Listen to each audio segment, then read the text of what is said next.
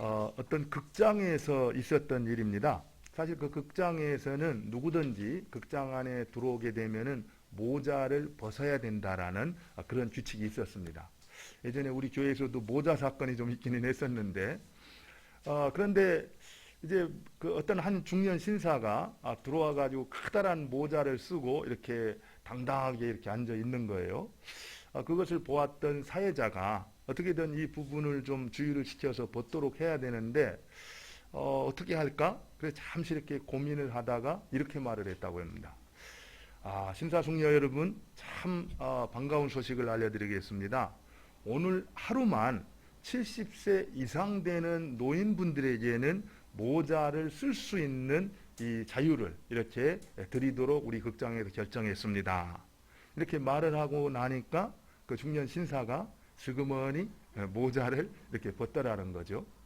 사실은 우리가 어떤 일들을 문제를 만났을 때 어떤 자세로 그 부분을 이렇게 맞이하는가에 따라서 나도 기분이 안 나쁘고 상대편도 기분이 안 나쁘면서 문제를 해결할 수 있는 그런 일이 있다라는 겁니다. 그런데 그 사회자가 잠깐 동안 고민하고 생각하는 가운데 그렇게 말할 수 있었다라는 거죠.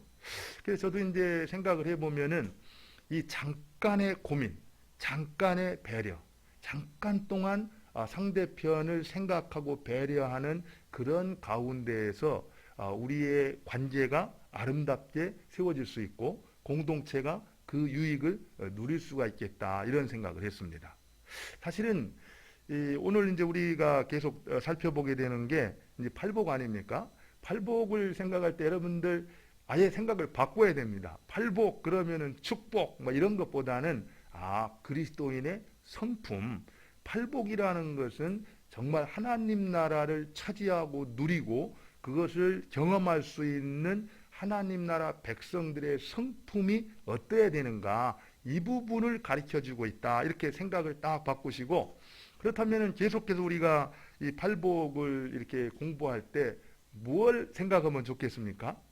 나의 성품을 돌아보면서 하나님께서 말씀하시는 하나님 나라 백성됨, 하나님 나라 백성 시민들의 성품은 어떤 것인가?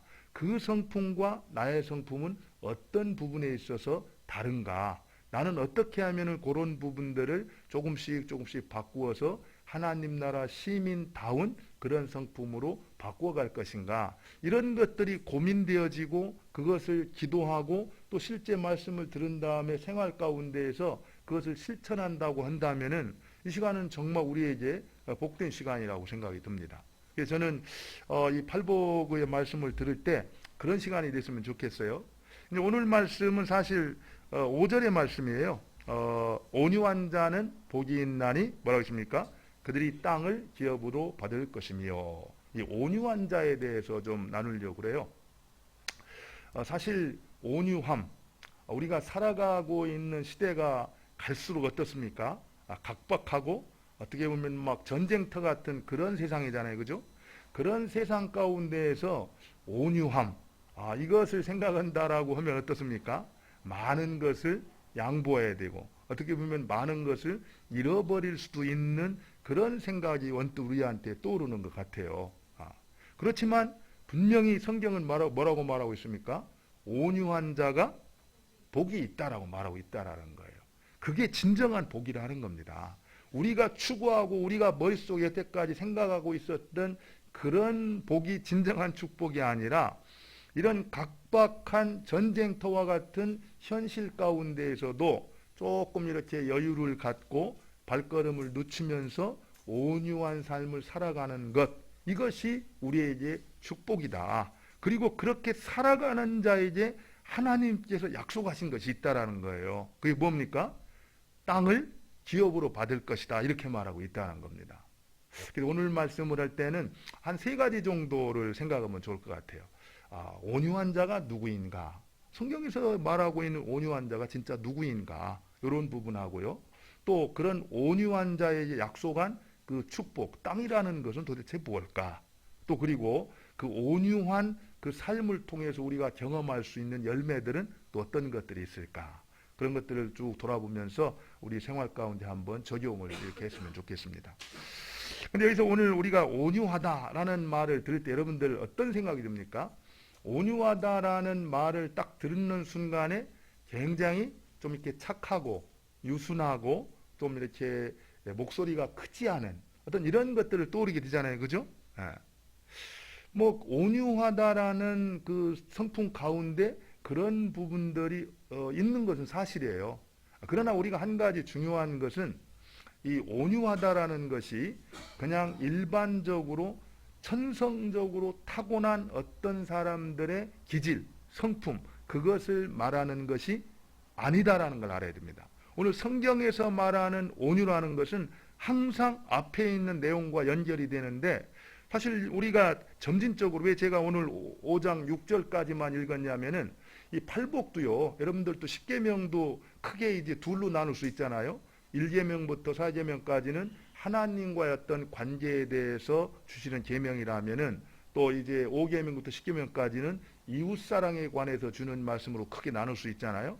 10계명도 이 팔복도 마찬가지입니다. 사실은 팔복도 첫 번째부터 네 번째까지의 복은 하나님과의 관계에 있어서 우리가 회복해야 될 그리스도인의 성품, 그 자질에 관한 이야기를 가르쳐 주고 있어요. 그리고 나서 다섯 번째부터 여덟 번째까지의 이 팔복은 사람들과의 관계에 있어서 그리스도인의 합당한 성품으로 우리가 회복해 가야 될 내용들을 이제 가르쳐 주고 있습니다. 그런데 그 내용들이 이렇게 점진적으로 서로 상호 연결되어 있다는 걸 알아야 됩니다. 무슨 얘기냐면요, 오늘 온유한 자라는 그 내용, 그 앞에 어떤 내용이 있었냐면은 첫 번째로 심령이 가난한 자, 그 다음에 두 번째로 애통하는 자 있잖아요. 그래서 심령이 가난하고 애통한 사람, 그에게 다시 덧붙여서 주어지는 하나의 성품이 어떤 거냐면은 온유하다라는 거예요. 그러니까 그 온유하다라는 것이 그냥 앞에 내용하고 상관없이, 하나님하고 상관없이, 성령과 상관없이 그냥 태어날 때 뚝 떨어져서 주어지는 것이 아니라는 겁니다. 하나님과의 관계 속에서 하나님이 우리에게 허락해 주시는 선물이라는 거예요. 우리가 여러분들 잘 아다시피 바울이 갈라디아서 5장 23절에서 성령의 9가지 열매를 말하잖아요. 그죠? 성령의 9가지 열매 가운데 하나가 뭡니까? 뭐 우리가 다 사랑과 희락과 화평과 오래 참음과 자비와 양선과 뭡니까? 충성, 온유, 절제. 그래서 온유라는 것은 성령의 열매예요. 다시 말하면은 우리가 그리스도와 바른 관계를 맺고 성령께 순종할 때 하나님께서 우리에게 덧입혀 주시는 성품, 그게 뭐라는 거예요? 온유라는 겁니다. 그래서 우리가 여러분들이 온유하다 이걸 생각할 때 그냥 어떤 사람의 기질적으로 태어날 때부터 천성적으로 그냥 순하고 착하고 이런 것들을 생각할 필요가 없다라는 거예요. 그런 것이 실제로 온유한 삶을 살아가는데 조금 도움이 될지는 몰라요. 그죠? 기질적으로 도움이 될 수는 있겠죠. 그런데 그게 굉장히 중요한 이유가 뭐냐면은 여러분들이 그것을 정확하게 하지 않으면 이런 말을 할 수 있습니다. 나는 태어나면서부터 성질이 괴팍하고 좀 이렇게 괄괄해가지고 온유할 수 없어. 이렇게 말할 수 있다라는 거예요. 그런데 오늘 말씀처럼 이 성령께서 그리스도와 바른 관계를 맺고 순종하는 사람들에게 덧입혀 주시는 성품이라고 한다면은 아무리 뭡니까? 아무리 괴팍하고 성질이 괄괄한 사람이라 할지라도 얼마든지 유순한 양과 같이 변화될 수가 있다라는 겁니다. 또 반대로요, 태어나면서부터 그런 아주 유순한 성품을 가지고 있다 할지라도 성경이 말하는 그런 땅을 기업으로 받고 누릴 수 있는 그런 이 성품이 될 수가 없을 수도 있다라는 거예요. 그래서 우리가 자연적으로 얻고 있는 그런 것을 말하는 것이 아니라 바로 하나님과 바른 관계를 회복하고 성령께서 우리에게 부어주시는, 덧입혀주시는 성품으로서의 온유를 오늘 성경에서는 말하고 있다. 이렇게 우리가 이해하면 좋아요. 그러면은요, 그런 성품이라는 것이 어떻게 얻어지는가 한번 우리가 생각을 해볼 필요가 있죠. 제가 왜 모자 얘기를 했냐면은 사실 우리가 하나님과 관계를 맺는 것은 순간의 신앙의 고백으로 맺어질 수가 있어요. 그런데 그 안에서 우리의 성품이 자라가는 것은 어떤 겁니까? 훈련이 필요한 겁니다. 훈련이. 매일매일 꾸준한 반복되는 훈련이 없으면은 그런 아름다운 성품은 회복해 갈 수가 없다라는 거예요. 사실 제가요, 오늘 이 말씀을 준비하면서 너무 많이 찔렸어요. 그래서 우리 옆에 앉아있는 사람도 있고 저 뒤에 앉아있는 사람이 있어가지고 집에서 제가 어떤 모습으로 살아가는가를 다 알고 있기 때문에 제가 이 설교를 하면서 어떻게 해야 되는가 막 그런 이제 고민도 했는데 실제로 여러분들 잘 보세요. 이 온유함이라는 것 이것이 평소에는 어떻습니까? 뭐 특별히 표가 안 나요. 평소 아무것도 하지 않고 있을 때는 뭐 나타납니까? 그런데 이 온유함이 필요할 때가 어느 때냐면요. 여러분들 이렇게 차를 몰고 가는데 제가 금요일 날 이렇게 그 신방을 가는데 정확히 시간을 정해놓고 딱 출발을 했는데 앞에 있는 차가 그 신호등에서 이제 트럭이 딱 가고 있는데 택시가 딱 끼어들었어요. 근데 무슨 일이 있는지는 모르지만 거기서 이제 이 신호등이 두 번씩이나 이렇게 바뀌었는데도 움직이질 않고 거기서 하고 있는 거예요. 그러니까 뒤에서부터 막 이 소리가 막 누르고 있는 이런 거 있죠. 저도 지금 막 급한데 한번 눌렀어요. 그러고 나서 나중에 봤더니 두 분이서 이렇게 싸우는 거예요. 뭔가 막 문제가 있었겠죠. 그러면 비켜주든지 할 텐데 뒤에 있는 차들은 다 못 가고 거기서 이제 막혀가지고 이제 그런 상황 가운데에서 뭐가 나타납니까? 온유함과 그렇지 않은가가 나타나는 거죠. 또 이제 그뿐인가요? 우리가 보통 어떤 물건을 사거나 어떤 이제 화자가 생겼을 때 클레임을 하잖아요. 그죠? 그럴 때 불만이 있고 불평이 있어서 클레임을 할 때 그런 때 이제 온유함과 그렇지 않은가가 정확히 드러나죠. 그뿐이 아니라 우리는 다 알아요. 집에서 애들이 말을 안 들을 때 그것도 황당하게 감당하기 힘든 그런 이제 그 말 안 듣는 일이 있을 때 그때 이제 내가 온유함과 그렇지 않은가가 드러나는 거죠. 그뿐입니까? 부부간의 의견이 충돌했을 때 이런 때 정말 어떻게 보면은 온유함이 필요하지 않습니까? 그래가지고 좀 나긋나긋하게 사실을 사실대로 이렇게 말을 해가면은 다 대화가 되는데 그냥 막 이 큰 소리를 치고 그러다 보면 어떻게 돼요? 대화도 안 되고 싸움만 벌어지잖아요. 그죠? 사실은 이런 모습 속에서 내가 온유한가 그렇지 않은가 이런 것들을 이렇게 돌아보면은 어떠세요? 저는 이 그 말씀을 보고 그런 것들 준비하면서 너무 많이 찔렸습니다. 그래가지고 이 말씀 설교하기를 잘했다. 제가 사실은 이 팔복을 하면서 굉장히 많은 은혜를 받고 있습니다. 이거를 공부하면서 어쨌든 지금까지 바쁘게 사실 여러분도 그렇잖아요. 우리가 이 온유함이라는 것이 이렇게 이 침해를 당하고 어떤 이 제 역할을 하지 못하게 하는 것 중에 하나가 뭐냐면은 굉장한 속도입니다. 우리가 빨리빨리 모든 것을 그 기간 안에 처리를 해야 된다라는 그 목적, 그것 때문에 온유해야 됨에도 불구하고 그걸 어떻게 합니까? 온유할 수가 없는 거예요. 사실 여러분들 잘 보세요. 그냥 시간이 널널하고 여유가 있으면은 조금 여유가 생기잖아요. 그죠? 근데 그 시간 안에, 그 타이밍에 딱 그것을 끝내야 된다라는 우리 현대인들이 대부분 어떤 그런 삶을 살아가고 있잖아요. 그러다 보면은 그 안에 끝내야 되는데 말을 안 들어. 또 이게 안 돼. 그러면은 막 전화도 하고 소리를 치고 막 이러지 않습니까? 그런 것들을 살펴보면서 제가 얼마나 정말 이렇게 바쁘게 이렇게 분주하게 이렇게 살았는가 이런 것들도 한번 돌아보고 또 실제적으로 정말 그것이 꼭 그 시간에 해야 되는 일이었는가 이런 것들도 한번 이렇게 돌아보고 또 제가 가족들에게 이렇게 행했던 그런 모습들도 이렇게 돌아보면서 정말 이 팔복이라는 말씀을 살펴보는 가운데 제 삶을 좀 정직하게 이렇게 돌아보고 하나씩 하나씩 이제 바르게 세워가는 그런 시간을 가져야 되겠다 이런 생각을 하면서, 그러니까 여러분들 제가 뭘 잘해갖고 이 얘기를 하는 게 아니고요. 그래도 우리가 같이 이 말씀을 좀 나누면서 우리를 더 주님께서 기뻐하는 그런 모습으로 좀 이렇게 세워가야 된다라는 그런 공동 그런 책임감을 가지고 제가 나누는 겁니다. 그러니까 여러분들도 그렇게 들어주면 좋을 것 같아요.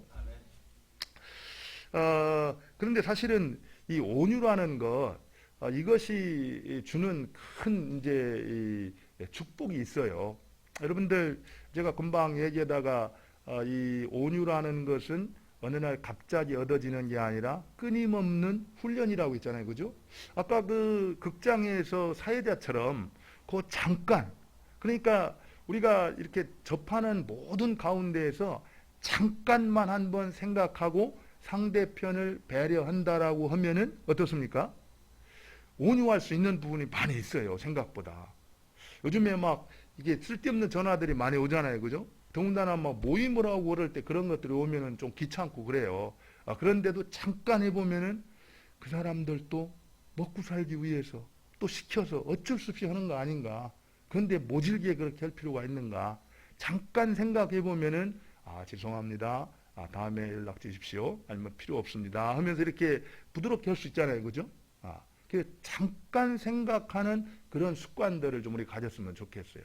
특별히 누구하고 대화를 하거나 또 어떤 말을 할 때, 특별히 옳은 일, 정말 중요한 일, 이런 것들을 행할 때 아무리 그것이 옳고 중요한 일이라 할지라도 정말 상대편이 그 말을 받아들일 준비가 되어 있는가, 내가 이렇게 말할 때 그것을 잘 받아들일 수가 있는가, 그런 것들을 잠깐 생각하는 것. 바로 그 잠깐 생각하는 것이 습관이 될 때 그 습관이 뭐가 되냐면은 우리의 온유한 성품으로 세워질 수가 있다라는 겁니다. 그것을 우리 주님께서 우리에게 원하시는 거죠. 그래서요, 그 온유한 삶을 우리가 살아갈 때 온유라는 것이 주는 열매가 있는데, 첫 번째는 뭡니까? 하나님께 대한 이제 순종을 하게 됩니다. 우리가 온유할 때. 우리가 지난번에 한번 욥기를 통해서 살펴봤잖아요. 그죠? 우리가 욥은 동방의 의인이다. 하나님 앞에서 정말 흠이 없는 사람이었어요. 그죠? 그랬는데 어느 날 갑자기 사탄이 시험을 해가지고 이제 하나님께서 허락함으로 말미암아 욥에게 고난이 찾아오잖아요. 그죠? 고난이 찾아올 때 어떻게 했습니까? 처음에는 재산이 이렇게 다 뺏어가요. 그 다음에는 이제 건강을, 가족을 다 뺏어갑니다. 그랬을 때 모든 것을 다 잃은 다음에도 욥이 어떻게 고백을 합니까? 주신 자도 여호와요, 취하신 자도 여호와니 여호와가 찬송을 받을지어다. 이러면서 하나님을 찬양하잖아요. 그죠? 그런 모습이 온유한 모습입니다. 그런 모습이 온유한 모습. 사실 보통 우리가 그렇게 내가 하나님을 열심히 믿고 따르는데 내게 있는 것을 뭐를 막 뺏어가고 나한테 핍박과 환란이 오면은 보통 우리는 어떻게 반응합니까? 아니, 하나님 왜 그러는 겁니까? 지금 이래도 되는 겁니까? 막 그러면서 이제 하나님에 대해서 분노하고 따지는 것이 일반적이잖아요. 그죠? 그렇지만 욥은 그렇지 않았다라는 거예요. 왜 그랬을까요? 욥은 알았어요. 주권자가 하나님이라는 걸 알고, 그 하나님은 신실하시고 그 하나님은 사랑이시고 공의로우신 분이라는 것을 정확하게 알았습니다. 그렇기 때문에 욥은 그 하나님의 주권 앞에 순종하는 삶을 살 수 있었다라는 거예요. 바로 순종하는 것, 바로 우리가 온유함이라는 그런 삶을 살아갈 때 어떤 상황 가운데서도 하나님께 순종할 수 있는 삶을 우리가 살아낼 수가 있다라는 거예요.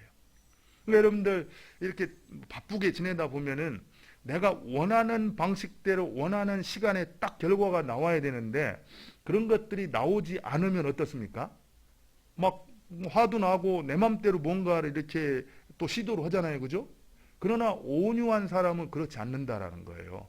하나님께서 하나님의 때에 가장 합당하게 허락해 주실 거야. 그러면서 인내하면서 기다릴 줄 안다라는 겁니다.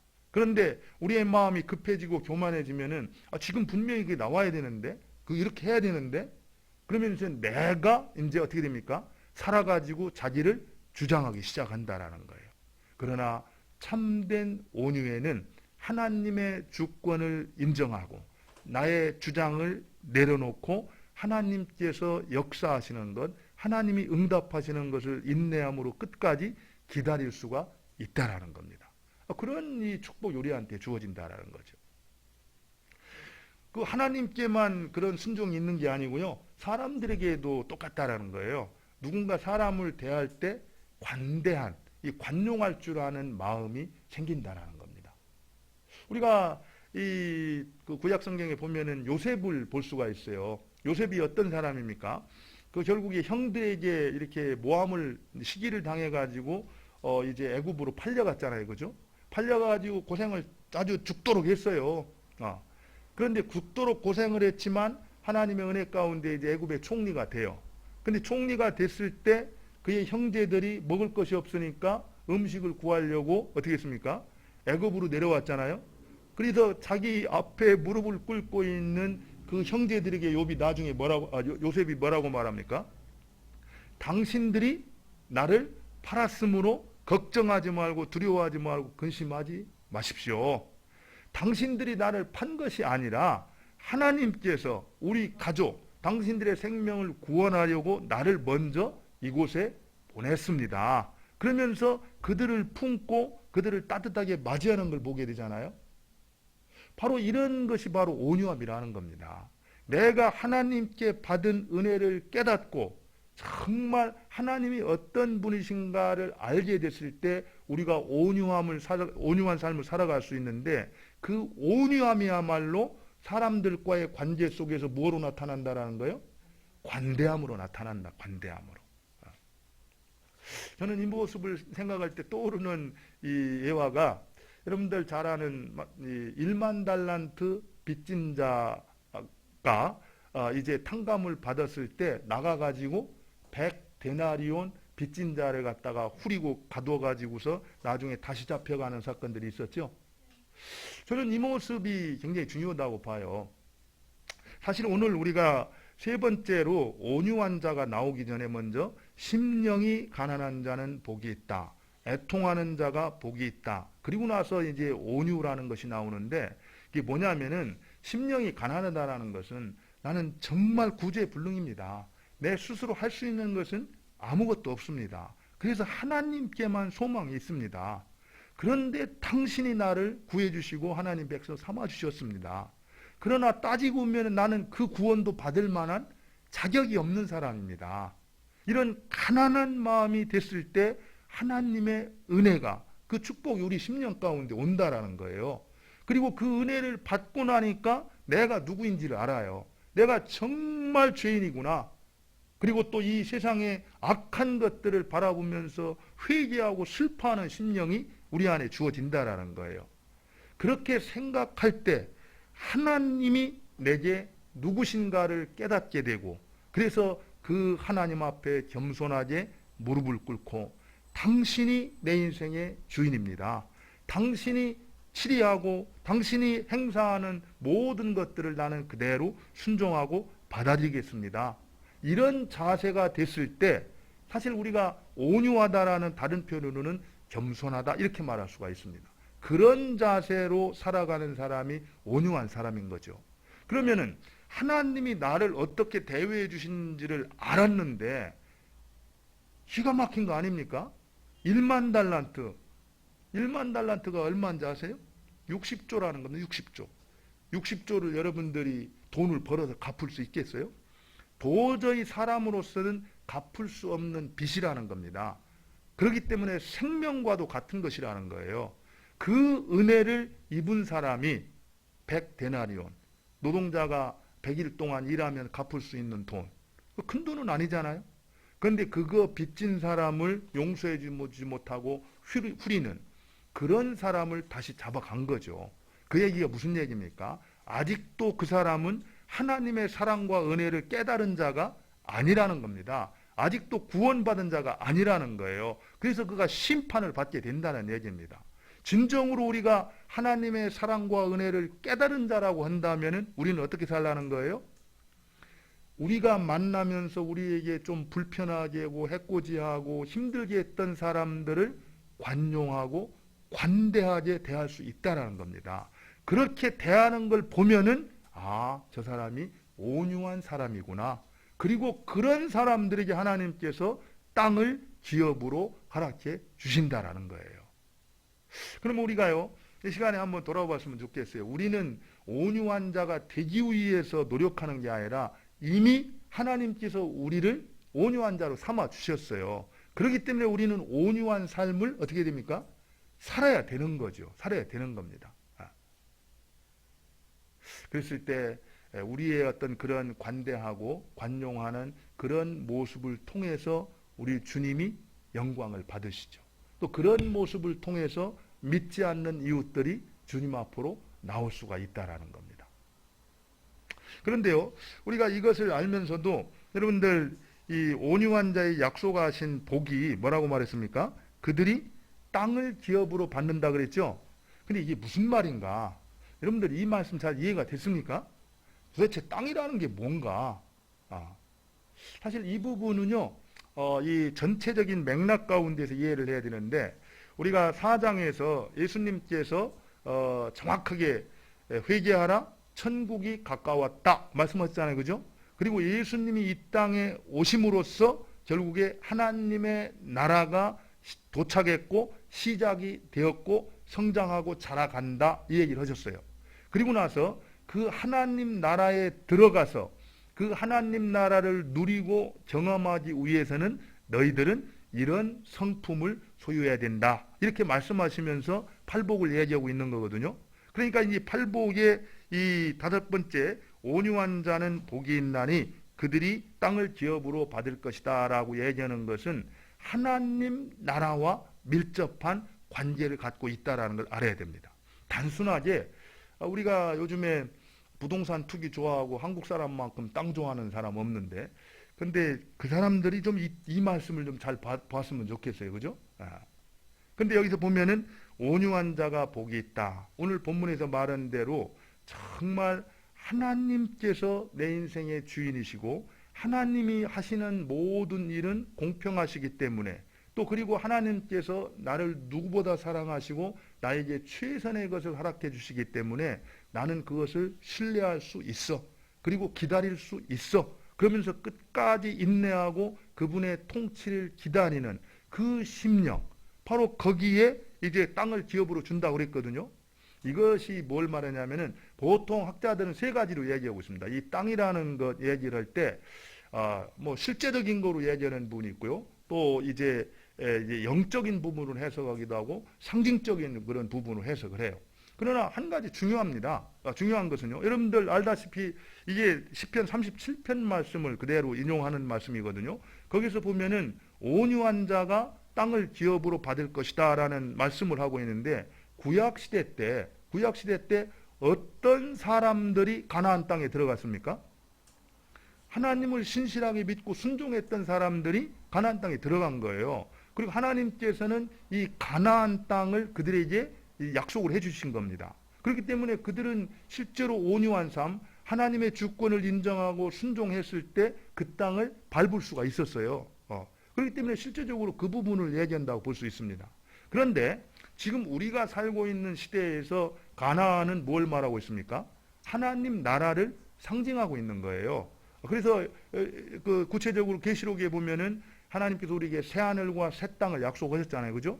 예수 그리스도께서 다시 이 땅에 오실 때 우리에게 뭘 약속했냐면은 새 하늘과 새 땅을 약속했습니다.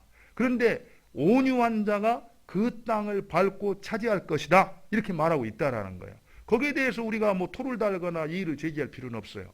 그러나 그것만을 말하고 있는 것을 아니다라는 걸 알 수 있습니다. 뭐냐면은 하나님 나라가 예수님이 이 땅에 오심으로써 시작되었고 자라가고 있고, 우리는 얼마든지 그 땅을 차지할 수 있고 누릴 수가 있다라는 거예요. 그렇기 때문에 지금 이곳에서 역사하시는 하나님의 나라, 하나님의 통치, 그것을 지금 우리는 이곳에서 실질적으로 누리고 경험할 수가 있다라는 겁니다. 그럼 여러분들 이게 또 하나님의 나라가 뭔가 뭐 이러면서 또 힘들게 생각할 수 있는데 어려운 게 없습니다. 내가 나를 주장하는 인생이 아니고 하나님께서 나를 지배하고 다스리시고 인도하는 삶, 그게 바로 하나님의 나라의 통치를 받는 삶이에요. 그럼 여러분들이 잘 보세요. 정말 살아가면서 어느 때 내 인생이 가장 평안하고 기쁨이 넘치고 충만한 삶이었던가? 잘 보십시오. 다른 때가 아닙니다. 하나님의 주권을 인정하고 그분께 순종하면서 성령께 민감하게 반응하면서 순종하게 살았던 삶, 그때 내 마음이 가장 기쁘고 평안하고 행복했던 그런 것들을 경험할 수 있어요. 그것이 바로 하나님의 나라가 나에게 임했다라는 것이고 내가 그 땅을 차지했다는 의미가 되는 거예요. 그러니까 지금 여기에서 온유한 자가 복이 있다, 그들이 땅을 기업으로 받는다라는 것은 단순하지 어떤 땅, 우리가 보고 있는 이 물질적인 땅 그것만이 아니라 하나님의 나라, 하나님의 통치, 하나님께서 지금 이곳에서 역사하시는 그 은혜를 우리가 누리고 경험할 수가 있다, 이런 말이라는 겁니다. 그럼 이것은 아주 현실적인 부분이에요. 우리가 정말 천국은 침노하는 것이다라고 했잖아요. 우리가 마음만 먹고 가서 차지하고 누리기 위해서 순종하면은 그것을 붙들 수 있고 누릴 수 있고 경험할 수 있는 거라는 겁니다. 누구한테? 온유한 자에게. 저는 우리가 이 온유한 자의 축복을 좀 많이 누리고 살았으면 좋겠어요. 지금 이곳에서 하나님이 주시는 온유. 근데 이것은 그냥 한 번 결단해서 되는 것이 아니라 어떻게 한다고요? 끊임없이 훈련하고 노력하는 것. 그래서 그것이 습관이 되고 마침내 그것이 뭐가 돼요? 성품이 되는 것. 그 성품이 될 때 그것이 우리의 것이 된다라는 거예요. 끝으로 한 가지만 나누고 마치도록 하겠습니다. 그렇다면 이 온유의 모델이 누군가? 누구를 우리가 본받아야 될 것인가? 여러분들 온유하면 딱 생각나는 말씀이 있죠? 우리 마태복음 11장 29절에 보면 예수님이 뭐라고 말씀했습니까? 나는 마음이 온유하고 겸손하니 너희는 나에게 와서 나의 멍에를 빌고 배우라 했잖아요. 그죠? 그럼 내가 너희를 쉬게 하겠다. 이렇게 약속했어요. 사실 우리 예수님이 온유의 모델이세요. 온유의 모델. 사실 우리가 생각할 때 온유 그러면은 이제 자칫 이제 영어의 단어가 meek라는 말인데 거기에 이제 weak라는 운율 때문에 오해를 받아. 실제적으로요, 이 meek라는 영어 단어 가운데 이 온유의 첫 번째 뜻은 우리가 이렇게 말하고 있는 내용을 다루고 있는데 두 번째 뜻은 무슨 이제 소개가 됐냐면은 약하다라는 뜻으로 또 거기에 대해서 주체 그러니까 뭐죠? 정확한 제가 얘기를 표현을 못 하겠습니다. 이렇게 제가 읽어드릴게요.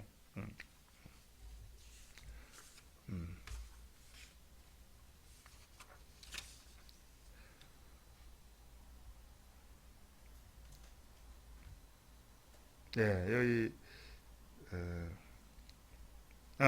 지나치게 순종하는 쉽게 받아들인 줏대가 없는 줏대가 없다는 말, 줏대가 없는 생기가 없는 이런 말. 그러니까 온유하다라고 하면 우리가 약하다라는 걸 생각을 하고 이렇게 저 사람 참 이것도 아니고 저것도 아니고 줏대 없다. 뭐 저렇게 좀 우리가 흐리멍텅하다.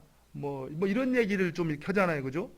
그래서 보통 사람들이 예수님이 왜 이제 팔복을 얘기하시면서 온유한 자가 복이 있다고 말씀하실까 어떤 그런 이제 오해도 하게 되는데 우리가 살펴봤듯이 이 성경에서 말하고 있는 이 온유하다라는 뜻은 그런 것을 말하는 것이 아니라는 거죠.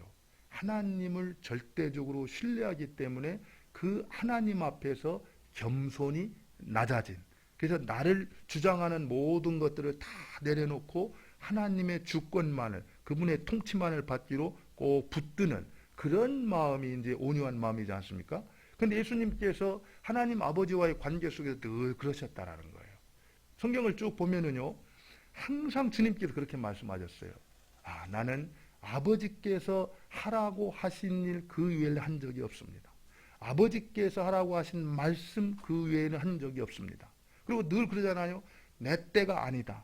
아버지께서 내게 하라고 하신 그 때를 따라서 사셨던 걸 보게 됩니다. 철저하게 하나님과의 관계 속에서 순종의 본을 보여주신 거죠. 그러면서도요, 우리가 생각할 때 온유는 약하다 그러는데 예수님은 그러지 않으셨어요. 여러분들 성전 청결 사건을 보실 때 예수님 보세요. 평소에는 한없이 온유하셨던 그분이 불의를 행하는 것에 대해서는 어떻게 했습니까? 채찍을 만들어서 상을 다 뒤엎으시고 다 쫓아내는 아주 번개와 같은 어떤 불같은 그런 모습을 보이잖아요. 그죠? 그러니까 온유하다라고 해서 모든 것에 대해서 그냥 얼렁뚱땅 넘어가는 그런 모습이 아니라는 거죠.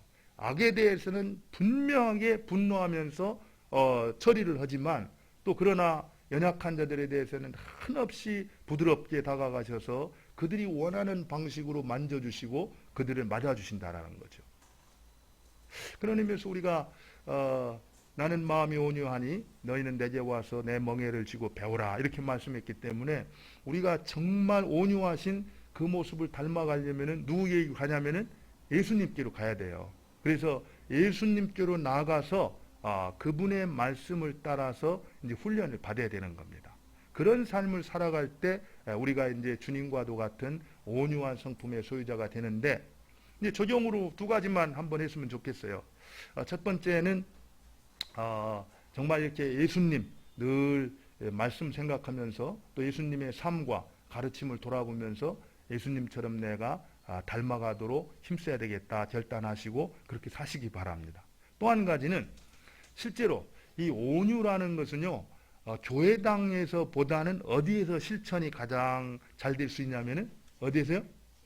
네, 집에서입니다. 집에서 가정에서 특별히 아들 딸과 이렇게 얘기를 하거나 부부간에 얘기를 할 때 부드럽게 얘기를 했을 때 어떻게 말하라고요? 정말 잘했어. 온유하게 말해주니까 내가 막 더 얘기하고 싶은 생각이 더 많이 생겨. 또 아이들이 그렇게 했을 때 야 너무 고맙다. 너 그런 거 화 안 나니? 그런데도 불구하고 그렇게 네가 온유하게 잘 표현해 주니까 엄마가 막 힘이 난다. 아빠가 힘이 난다. 그래서 그렇게 자꾸 격려해 주면서 온유하게 말할 때 자꾸 격려해 주면서 그런 것들이 그 가정 안에서 잘 이렇게 일어날 수 있도록. 또 그러지 않을 때는 어떻게 해야 되겠어요? 우리는 지금 갱년기를 지나고 있어가지고요. 굉장히 지금 쉽지 않은 그런 때를 지나고 있는데, 그래서 제가, 갱년기. 그런 상황이 될 때마다 갱년기. 그러면서 지금 이제 잘 넘어가고 있습니다. 그래서 우리가 그런 부분들을 만났을 때 한 번쯤 서로가 아까 신사 그 어떤 모자를 벗었던 사람처럼 한 번쯤 잠깐 생각하면서 그렇지.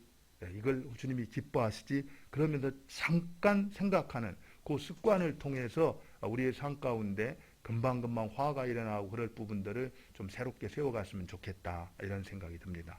그런 것들을 삶에 실천함으로써 정말 우리가 오늘 말씀처럼 온유한 그런 성품과 그 삶을 통해서 하나님을 기쁘시게 하고 하나님께서 약속해 놓으신 그런 풍성한 축복 땅을 기업으로 얻는 그런 은혜가 우리 모두에 있기를 바랍니다.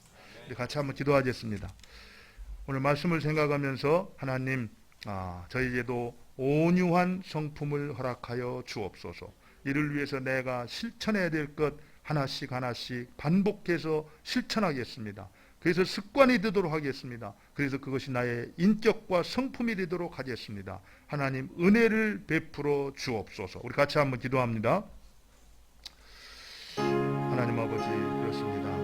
주님께서 은혜를 베풀어 주셔서 우리로 하여금 이 뜻을 신실하게 이루어갈 수 있도록 하나님 역사하여 주옵소서. 은혜를 더하여 주시고 인도하여 주옵소서. 아버지 주께서 은혜를 베풀어 주시고 우리가 어떠한 것이 주님이 기뻐하시고 무엇이 주님의 뜻인지 알면서도 그러지 못할 때가 있었음을 주님 앞에 고백합니다. 주님께서 선하게 인도하여 주시고 우리 식구들 한 사람 한 사람 저 또한 하나님 은혜 가운데서 하나씩 하나씩 든든하게 세워주셔서 주님의 뜻을 이루어주시고 은혜를 베풀어 주시기를 원합니다. 하나님 역사하여 주옵소서. 은혜를 베풀어 주옵소서. 긍휼을 베풀어 주옵소서. 우리 식구들 위해 하나님의 그러한 온유한 성품의 열매를 맞아 주님의 뜻을 이루는 우리 모두가 되게 하여 주옵소서. 하나님 역사하여 주옵소서. 은총을 베풀어 주옵소서. 아버지 도와주시기를 원합니다. 좋으신 하나님, 오늘 또 말씀을 통해서 우리가 어떤 사람이고 어떤 사람이 되어야 되는지 가르쳐 주시니 감사합니다. 온유한 자가 복이 있나니 저가 땅을 기업으로 받을 것이라 약속하셨으니 우리가 온유한 삶을 통해 하나님을 기쁘시게 하고 하나님이 약속하신 은혜와 복을 충만히 경험하고 또 그것을 믿지 않는 사람들에게 증거하는 모두가 되게 하여 주옵소서. 예수님 이름으로 기도 올리옵나이다. 아멘.